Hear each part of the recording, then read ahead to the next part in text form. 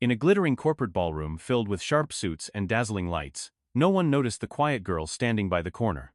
She was only 8 years old, dressed in a pale blue dress that cost more than most people earned in a week. Her eyes wandering anxiously across a sea of adults who brushed past her without a second glance. Her world was silent, she was deaf, and though she stood close to her mother, the powerful CEO hosting the gala, the child seemed invisible. Executives whispered about deals, reporters chased soundbites, and no one paused to even acknowledge her. Until one man did. Across the room, a single father, modestly dressed, watched the girl's small fingers fidget nervously with the silk sash of her dress. His own daughter, now home with a babysitter, was deaf too. Without hesitation, he walked toward the girl, gently lowered himself to her level, and signed a simple word, "Hello." For a heartbeat, her wide eyes froze in disbelief. Then, like dawn breaking through clouds, her face lit up with the purest smile in the room. In that silent exchange, louder than any applause or speech, an invisible wall shattered. What began as a fleeting moment of kindness would unravel a story of connection, respect, and a confrontation that would challenge the cold world of power and image. Because sometimes, one sign, one smile, can change not just a night but an entire life. The man's name was John Matthews, and if you had asked anyone in that ballroom who he was, most would have shrugged and turned back to their champagne. He wore his only good suit, navy blue, slightly worn at the edges where his daughter Sophie had tugged on the sleeves during their morning goodbye hug, but clean and pressed with the meticulous care of someone who understood that presentation mattered, even when your bank account disagreed. The tie had been Sophie's Christmas gift to him 2 years ago, chosen because she thought the small blue pattern looked like the signs for "I love you" if you squinted just right. John worked as a maintenance supervisor at the downtown office complex where Emily Richardson's company, Richardson Industries, occupied 12 floors of gleaming corporate space. His days were spent ensuring that heating systems functioned, elevators ran smoothly, and the invisible infrastructure that kept the business world running remained reliably invisible. Tonight, he was here because his union had been given a handful of tickets to the annual charity gala, and someone had to represent the working folks who kept the buildings humming with life. But John's real expertise wasn't in heating systems or electrical panels. It was in the delicate, often heartbreaking art of raising a daughter who couldn't hear the world the way most people did. 8-year-old Sophie Matthews had been born profoundly deaf, and for the past 6 years, since John's wife Sarah had passed away from cancer, leaving him to navigate parenthood alone, he had immersed himself in the complex landscape of deaf culture and sign language communication. The learning curve had been steep and often overwhelming. In those first months after Sarah's death, John had felt like he was drowning in silence, struggling to connect with his grieving daughter through a language he barely understood. He had spent countless nights watching online tutorials, practicing finger positions until his hands cramped, and making embarrassing mistakes that Sophie would correct with the patient kindness of a child who understood that love sometimes stumbles before it learns to dance.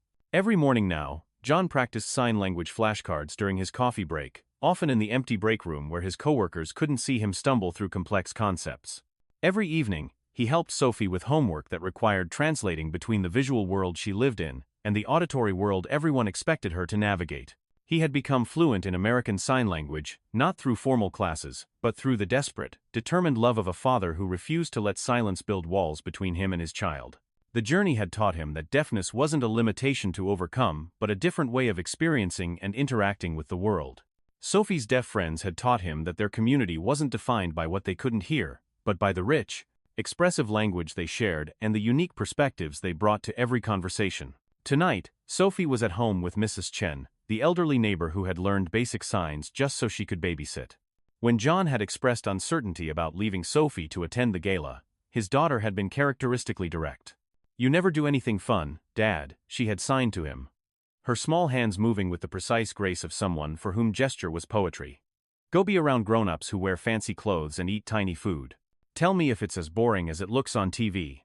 On the other side of the ballroom, Emily Richardson commanded attention without effort or intention. At 42, she was the youngest female CEO in her industry, having transformed the mid-sized manufacturing company she had inherited from her father into a multinational corporation that employed over 15,000 people across 3 continents.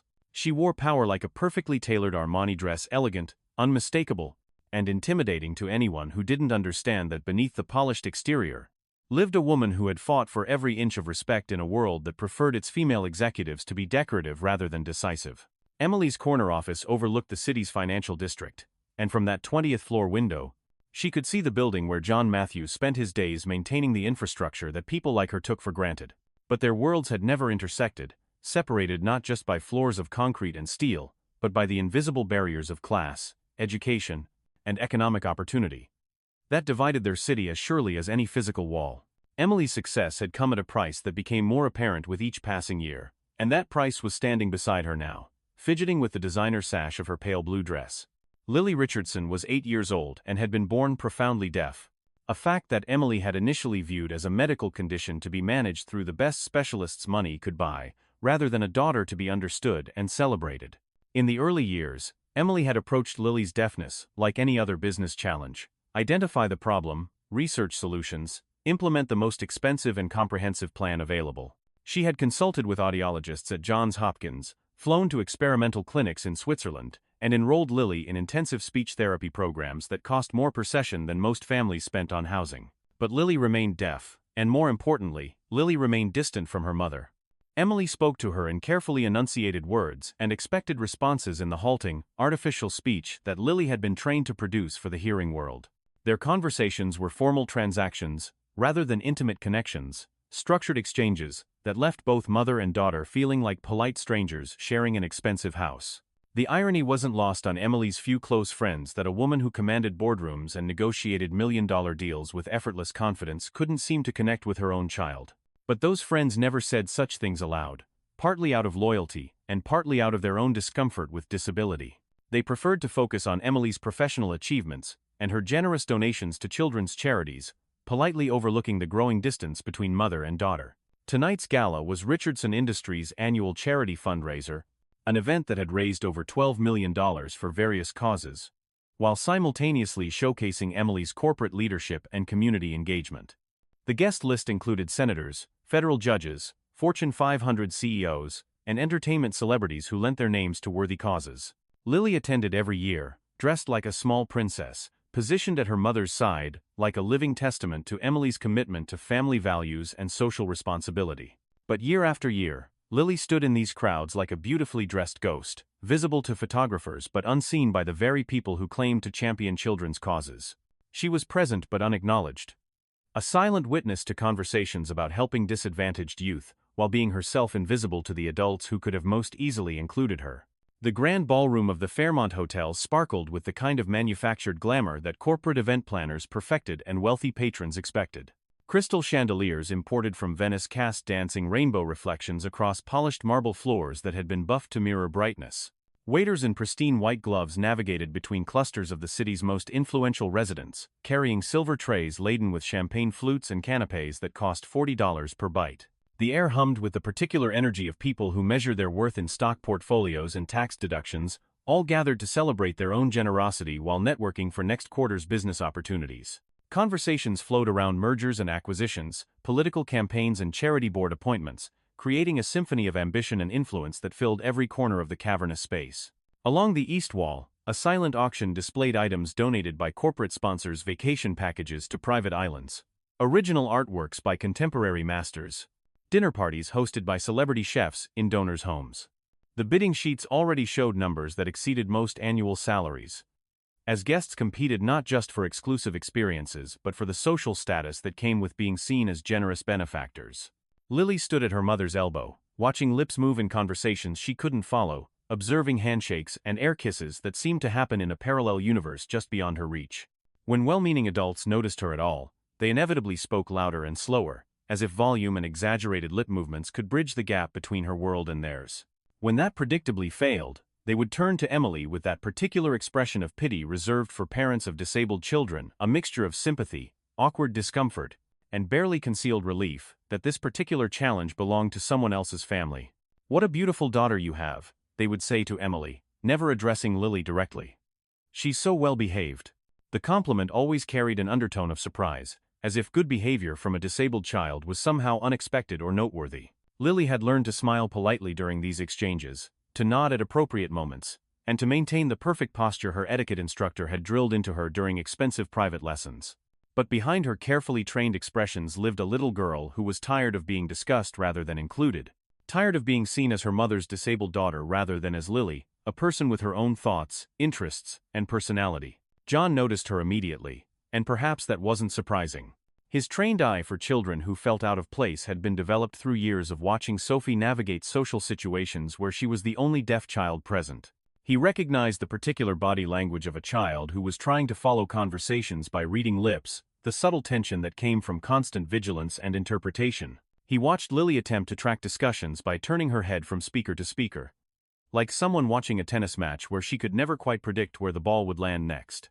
He saw her hands flutter occasionally in small, incomplete gestures, the beginning of signs that she would catch and suppress, as if she had learned that her natural language was unwelcome in this polished environment. John's heart recognized the isolation immediately. He had seen it in Sophie during those first difficult years after Sarah's death, before they had found their rhythm of communication and connection. He had seen it in other deaf children at community events and school functions, kids who lived between the hearing and deaf worlds without being fully accepted by either. The sight of Lily standing so alone in a room full of adults who claimed to care about children's welfare stirred something protective and familiar in John's chest. This was someone's daughter, someone's Sophie, standing ignored, while adults around her discussed the importance of inclusive education and equal opportunities for all children. When Lily glanced in his direction, their eyes met across the ballroom floor, and John made a decision that would change 3 lives in ways none of them could have imagined. He excused himself from the awkward conversation with his union representative about overtime policies and walked across the marble floor, his worn shoes quiet against the polished stone. Emily noticed him approaching immediately. Corporate events had trained her to be aware of everyone moving through her sphere of influence. She saw a middle-aged man in an ill-fitting suit moving toward her daughter with obvious purpose, and her protective instincts sharpened like a blade. But something about his gentle demeanor, the careful way he moved, made her pause rather than immediately intervene. John reached Lily and did something no other adult at the party had attempted. He lowered himself to her level, balancing on one knee so that their eyes met on equal ground. The gesture required him to ignore the expensive fabric of his suit pants against the marble floor, but the discomfort was irrelevant compared to the importance of meeting this child where she actually was rather than towering above her like every other adult in the room. Then, with the fluid grace of someone who spoke this language daily with someone he loved, he raised his hands and offered a simple greeting in American Sign Language. "Hello," his hands said, moving through the familiar shapes that had become second nature through years of bedtime stories and breakfast conversations with Sophie. "My name is John." The effect on Lily was instantaneous and profound. For a moment, her carefully composed expression cracked open with shock and recognition. Here was an adult who was speaking her language, who understood that communication was about more than moving your lips and hoping the other person could piece together meaning from fragments.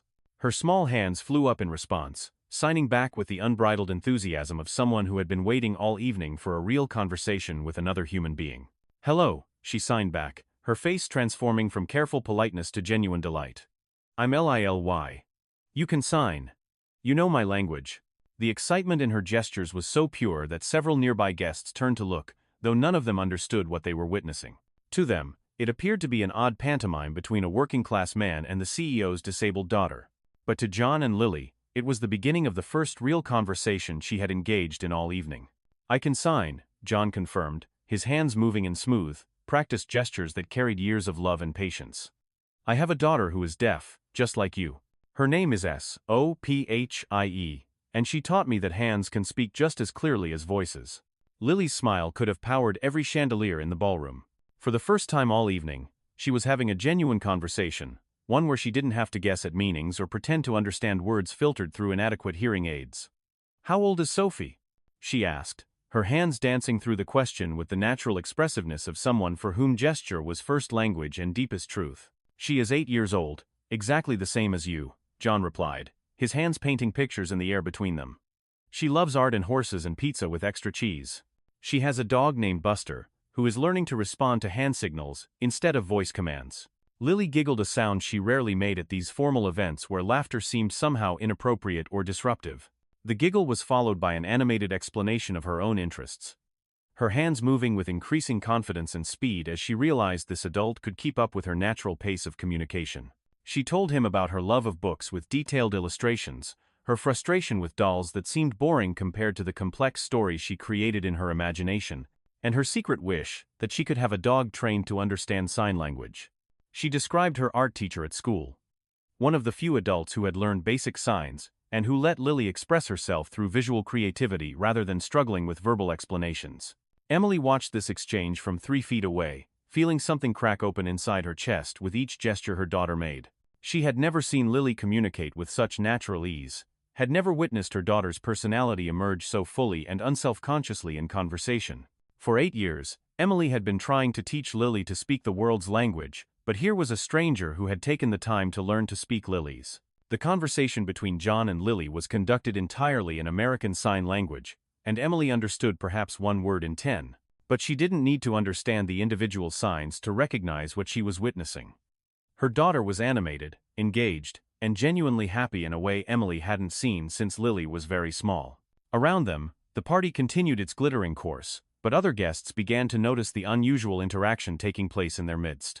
Some watched with curiosity, others with the particular discomfort that people feel when confronted with something outside their narrow experience of normal social interaction. "Look at that," murmured Patricia Henley, the wife of the city's mayor, nudging her husband with a sharp elbow adorned with diamonds that caught the chandelier light. "Emily's letting some random man have an extended conversation with her daughter. Don't you think that's a bit inappropriate? And what is all that hand-waving they're doing?" Mayor Robert Henley followed his wife's gaze and frowned with the automatic suspicion of a politician who had learned to see potential scandals in every unusual situation. "Who is that guy anyway? He doesn't look like he belongs here. Someone should probably check if he's actually on the guest list." Their whispered observations spread through the nearby cluster of guests like ripples expanding across still water. Within minutes, a dozen pairs of eyes were focused on the unusual scene of a working-class man engaged in animated sign language conversation with the evening's most prominent and protected child. Dr. Marcus Webb, Richardson Industries head of public relations, and Emily's longtime advisor on corporate image management, materialized at Emily's elbow with the subtle urgency of someone whose job depended on controlling narratives and managing appearances. "Emily," he murmured, his voice carefully modulated to avoid drawing additional attention, "people are starting to stare and whisper.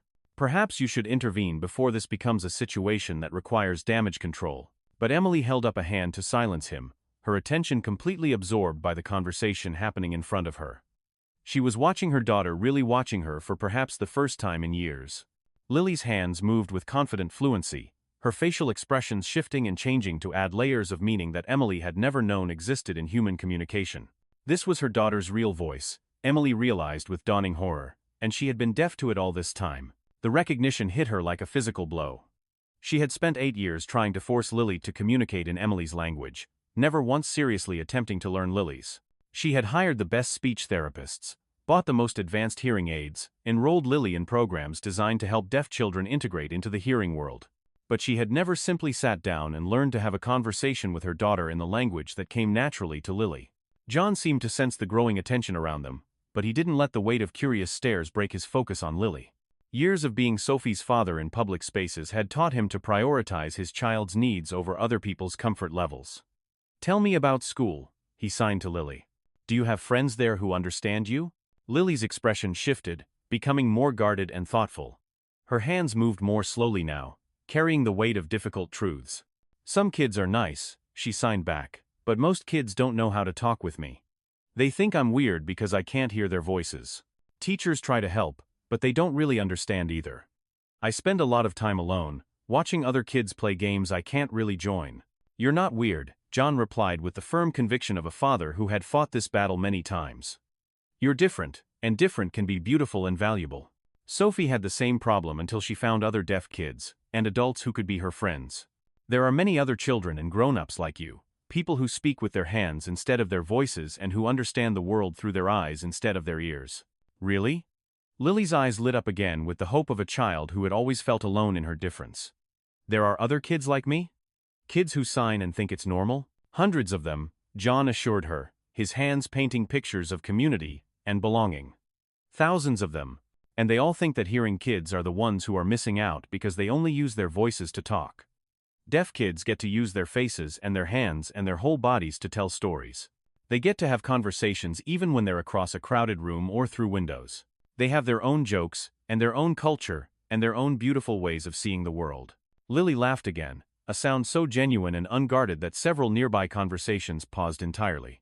It was the laugh of a child who had just discovered she wasn't broken or incomplete, that her way of being had its own community and its own profound value. The laughter carried across the marble floor, and seemed to challenge every assumption the adults in that room had made about disability and difference. Emily felt tears threatening behind her carefully applied makeup. When had she last heard her daughter laugh like that with such pure, uncomplicated joy. When had she last seen Lily look so completely, unconsciously happy and animated? The realization hit her like a physical blow to the stomach. She had been so busy trying to fix her daughter that she had forgotten to love her exactly as she was. But not everyone in the ballroom shared Emily's newfound appreciation for the scene unfolding before them. Richard Blackstone, a prominent investor and longtime family friend who served on Richardson Industries' board of directors, had been watching the exchange with growing disapproval and barely concealed irritation. Richard represented old money and older values, the kind of man who believed that certain standards of behavior and appearance needed to be maintained, especially in public settings where reputation and image mattered. He had known Emily's father, and had been instrumental in securing her position as CEO when the board had initially hesitated to promote such a young woman to leadership. Finally, he could contain his discomfort no longer. "Emily," he said, his voice carrying just far enough to be heard by several nearby guests, while maintaining the veneer of a private conversation, "I think it's time you rescued your daughter from this situation. People are starting to talk, and not in ways that reflect well on you or the company." The words hit the air like a stone dropped into still water, creating expanding circles of tension and attention. John's hands stilled mid-sentence, and Lily looked around with the sudden, acute awareness that they had become the center of unwelcome scrutiny. Emily turned to face Richard, her expression cooling by several degrees as her corporate mask slipped back into place. "Rescued her from what, exactly?" Richard gestured vaguely toward John, his distaste evident in the dismissive wave of his hand.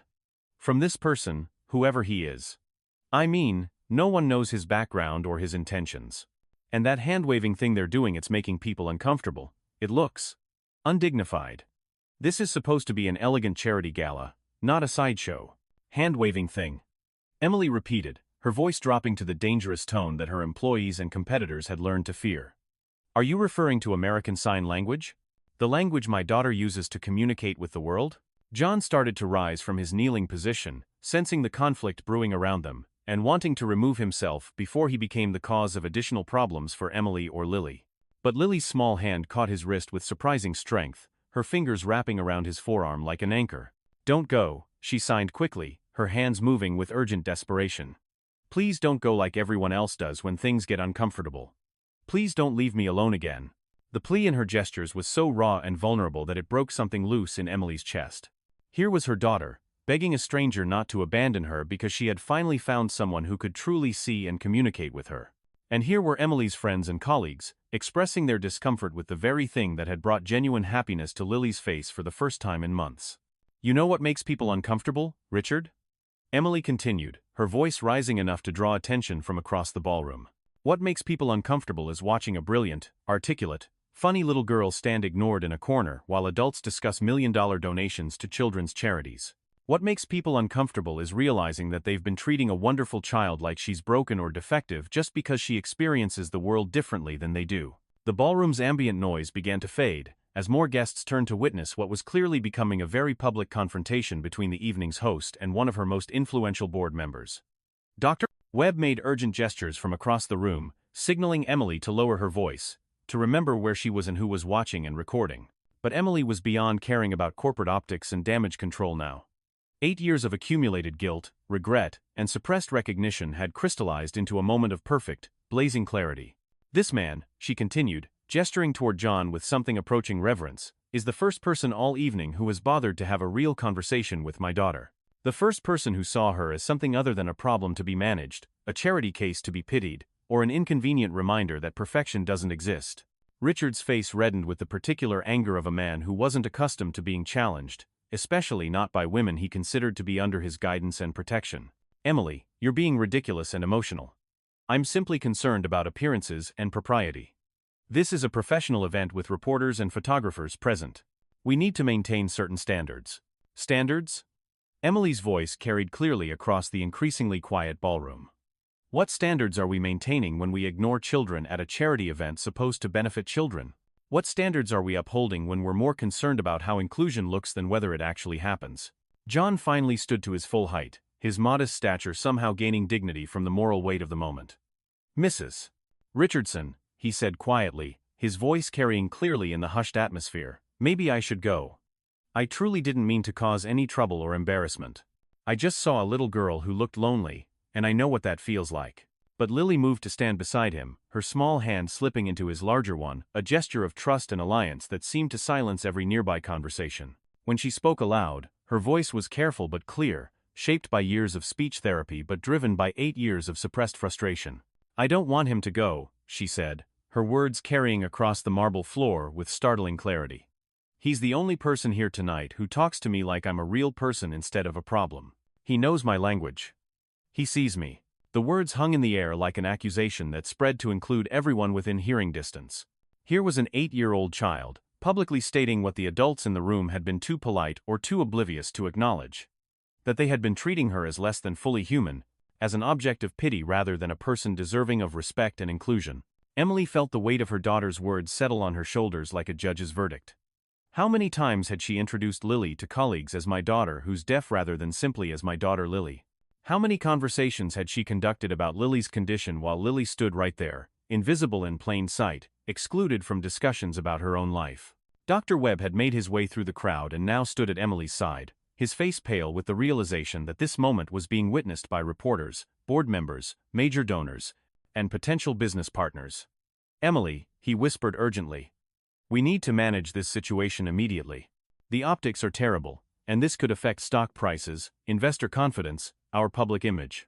"The optics," Emily interrupted, her voice carrying across the now silent ballroom with the force of years of suppressed truth, "are that for the first time in 8 years, my daughter is genuinely happy at one of these events. And if that makes people uncomfortable, then maybe the problem isn't with my daughter or with this kind man who bothered to notice her." She turned to face the assembled crowd, many of whom were now openly staring at the drama unfolding in their midst. These were people who had donated millions to children's charities over the years, who served on boards of organizations dedicated to helping disabled youth, who spoke eloquently about inclusion and diversity at their own corporate events and political fundraisers.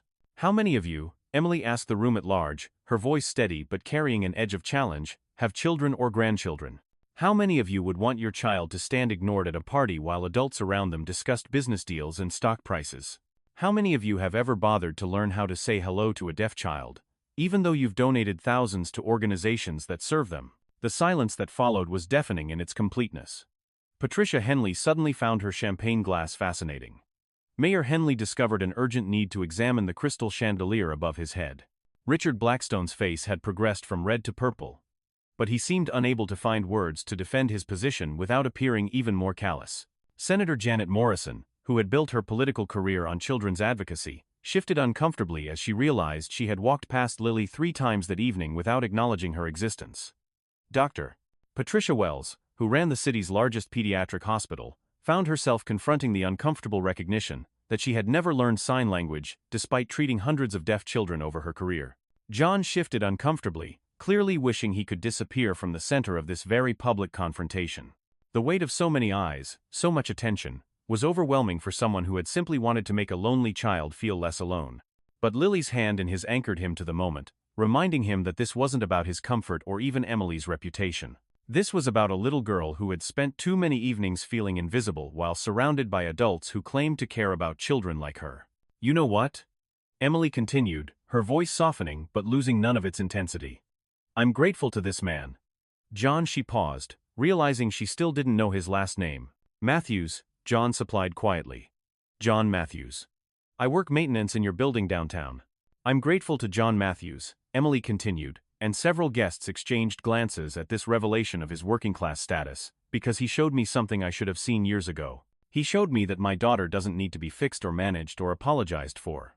She needs to be understood and celebrated and included exactly as she is." She looked down at Lily, who was watching her mother with wide, uncertain eyes that held 8 years of hoping for this kind of recognition. For the first time in years, Emily dropped to one knee in her expensive designer dress, putting herself at her daughter's eye level just as John had done, heedless of the cameras and the watching crowd. "Lily," she said, speaking slowly and clearly so her daughter could read her lips while maintaining eye contact, "I'm sorry. I'm so very sorry that I didn't learn to talk with you in the way you needed me to. I'm sorry that I let people ignore you because I didn't know how to make them pay attention to who you really are. And I'm sorry that it took a stranger to show me how amazing and wonderful you are when someone actually listens to you and sees you completely." Lily's small hands moved hesitantly, signing words that Emily couldn't understand but that carried emotional weight anyone could recognize. John translated without being asked, his voice gentle with the understanding of a parent who had navigated similar moments of recognition and reconciliation. She says, John's voice carried clearly across the silent ballroom, that she forgives you completely. And she wants to know if you would like to learn to sign so you can talk together the way she talks with me. She says she's been waiting her whole life to have real conversations with you. Emily's professional composure finally cracked completely. Tears that had been threatening all evening spilled over, carrying away years of carefully maintained corporate image and revealing the mother who had been hiding behind the CEO. She reached for her daughter with the desperate hunger of someone who had just realized what they had been starving for without knowing it. Lily fell into her mother's arms, and for the first time in years, the embrace felt real instead of performative, genuine instead of staged for cameras or public appearances. Mother and daughter held each other on the marble floor while 200 of the city's most influential residents watched in stunned silence. The ballroom remained frozen in an unprecedented tableau, the CEO kneeling on the floor with her deaf daughter while a maintenance worker stood beside them, having inadvertently created the most powerful moment of genuine human connection anyone present had witnessed in years. Dr. Webb cleared his throat nervously, clearly calculating damage control strategies and press release approaches, but Emily ignored him completely. She was looking at John Matthews with something approaching reverence, seeing him not as a working-class intruder but as the person who had given her back her daughter. "Would you teach me?" she asked him, her voice vulnerable in a way that corporate colleagues had never heard. "Would you teach me to sign? Would you help me learn to communicate with my daughter the way you do?" John's weathered face softened into the first genuine smile he had worn all evening. "I would be honored to teach you," he replied, his words carrying the weight of someone who understood the profound importance of the request. "Sophie would be thrilled to have another friend who signs. And I think Lily would love to have a mother who speaks her language fluently." Lily's face transformed yet again, this time with a joy so pure and radiant it seemed to light the entire ballroom from within. She began signing rapidly to John, her hands moving with excited energy and increasing speed. "She says," John translated, his own voice thick with emotion, "that this is the best night of her entire life. And she wants to know if Sophie likes horses and art, because she has been dreaming her whole life about meeting another deaf girl who could be her real friend." The crowd began to stir again, conversations resuming in hushed, thoughtful tones as people processed what they had witnessed. Some guests moved away, uncomfortable with the emotional intensity of the scene or unable to reconcile their assumptions about disability with the reality they had just observed. But others stepped closer, drawn by curiosity or perhaps by their own recognition that they had been complicit in something that needed to change. Margaret Foster, the principal of the exclusive private school that Lily attended, approached the small group with genuine interest and what appeared to be professional embarrassment. "Mrs. Richardson," she said carefully, "I wonder if we might discuss adding sign language classes to our curriculum next semester. It seems we may have been missing significant opportunities to serve our students and their families better." Dr. Sarah Kim, a pediatrician who specialized in developmental disabilities, joined the conversation. "I'd like to volunteer to help with that program. I've been meaning to learn sign language for years to better communicate with my young patients. This evening has made me realize how inexcusable my delay has been." Other voices joined in, creating a growing chorus of adults suddenly awakening to possibilities they had never considered. Board members suggested partnerships with deaf community organizations. Major donors offered to fund sign language interpreters for all future corporate events. Parents wondered aloud why their children's schools didn't teach basic sign language as a standard part of elementary education. But Emily barely heard the growing conversation around them. She was completely absorbed in watching her daughter sign animatedly with John, seeing Lily's personality emerge in ways she had never imagined possible. This was her child, not the quiet, managed version she had been presenting to the world for 8 years, but the vibrant, funny, brilliant girl who had been waiting patiently for someone to notice her, really see her, and love her exactly as she was. As the evening wound down and guests began to drift toward the exits, gathering coats and business cards and making plans for follow-up lunches, John prepared to leave as well. He had accomplished far more than he had set out to do when he reluctantly decided to attend his union's charity table, and he was eager to return to his own life and his own daughter, who would be waiting to hear every detail of the fancy party. But Emily stopped him before he could disappear into the crowd of departing guests. "John," she said, catching his arm gently, "I know this might sound presumptuous given everything that's happened tonight, but would you consider having dinner with us sometime soon? Lily and me, I mean. And maybe Sophie could join us. I think." She paused, searching for words that could express the magnitude of what had shifted inside her over the course of a single evening. "I think we could all learn from each other. I think we could become friends, real friends, in ways that might benefit all of us." John looked down at Lily, who was practically vibrating with excitement at the prospect of meeting another deaf child and continuing the friendship that had begun with a simple hello. Then he looked at Emily, seeing not the corporate powerhouse who commanded respect through intimidation and influence, but a mother who had just discovered she had been loving her child in a language the child couldn't fully understand or reciprocate. "I think Sophie would like that very much," he said finally, his words careful but warm. "And I think you and Lily might find that you have more in common than you ever realized." Sometimes the most important conversations happen when people finally start speaking the same language.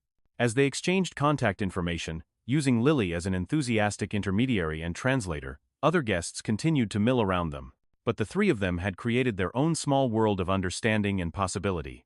Lily stood between the two adults who had changed her evening, and perhaps her entire future, chattering away in sign language, while John translated for Emily, and Emily began to pick up the visual patterns and rhythms of her daughter's true voice.